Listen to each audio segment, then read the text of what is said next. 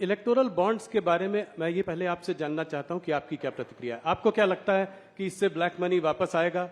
जो कॉन्फिडेंशियल नाम थे लोगों के, जिस वजह से लोगों ने इलेक्टोरल बॉन्ड्स खरीदे, वो आज जो है सब सामने आ गए हैं। तो क्या ये उचित है और आप इसके बारे में आगे क्या सोचते हैं? देखिए, भारत की सुप्रीम कोर्ट जो भी फैसला सुनाती है, देश के सभी नागरिक इससे बंधे हुए हैं। हम एक संवैधानिक व्यवस्था में रहे। मैं सुप्रीम कोर्ट के फैसले का सम्मान करता हूं, मगर मेरा व्यक्तिगत मत जरूर देना चाहता हूं कि बॉन्ड से काला धन समाप्त होने के कगार पर था और इस फैसले से चुनावी व्यवस्था में फिर से काले धन का दबदबा बढ़ेगा। इसीलिए राहुल जी के नेतृत्व में पूरा इंडिया अलायंस बॉन्ड के खिलाफ था और वो चाहते थे कि पहले की तरह जो कट मनी आता था वो कट मनी फिर से एक बार राजनीति पर हावी हो। पहले क्या होता था, चंदा कैश में आता था, और चंदा कैश में आता था तो क्या होता था, कोई व्यक्ति मानो 1500 रुपया चंदा जमा कराता था, 100 रुपया वो पार्टी में जमा कराते थे, 1400 रुपया अपने घर ले जाते थे और स्विस बैंक के अंदर या कहीं और जहां टैक्स डिस्क्लोज नहीं होता है, चंदे डिस्क्लोज नहीं होते हैं, धन डिस्क्लोज नहीं होता है, ऐसे देश में ले जाते थे।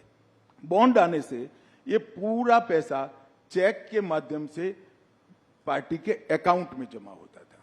ये पूरी जो जमात है राहुल जी के नेतृत्व में, वो पुरानी चीजों की आदी है।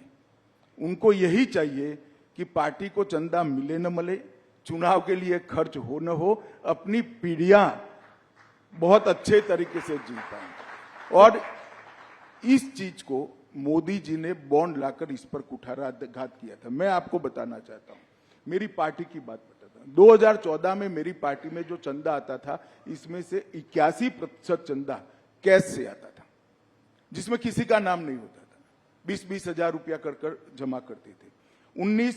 18 में ये 81% से 17% हुआ।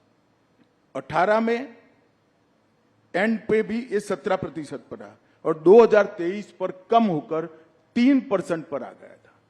हमारी पार्टी ने इसको ट्रांसपेरेंट वे से आगे किया था। जहां तक गोपनीयता का सवाल है, इसमें इतना ही है कि बहुत बड़ा देश है, हमने फेडरल स्ट्रक्चर को अपनाया है, ढेर सारे राजनीतिक दलों की सरकार होती है। अगर कोई एक राजनीतिक दल को पैसा देता है तो दूसरा राजनीतिक दल उस पर विंडिक्टिव अप्रोच से अपने स्टेट के अंदर बदला लेता है। इसलिए एक व्यवस्था रखी थी जिससे किसने किसको चंदा दिया वो गोपनीय रहे।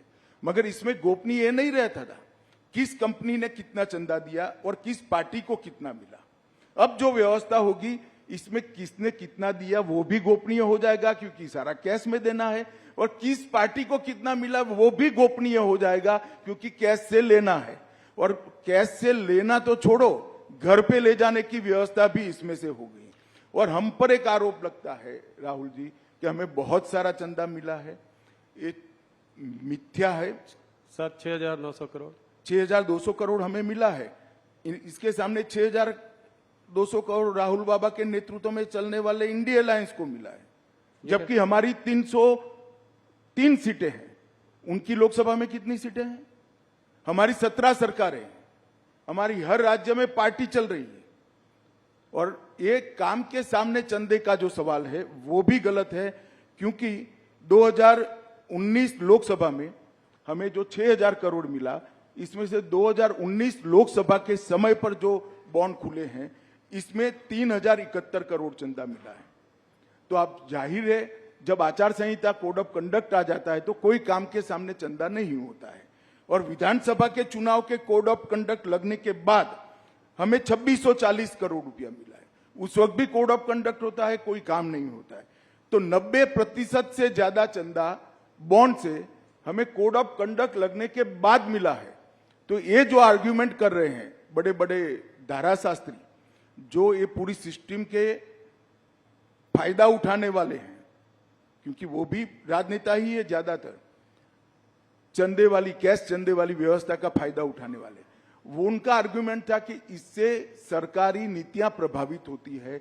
उनको ये मालूम नहीं है कोड ऑफ कंडक्ट बनने के बाद कोई नीति आ नहीं सकती। जी। तो ज्यादातर चंदा तो कोड ऑफ कंडक्ट के समय में हमारा आया है 90% चंदा।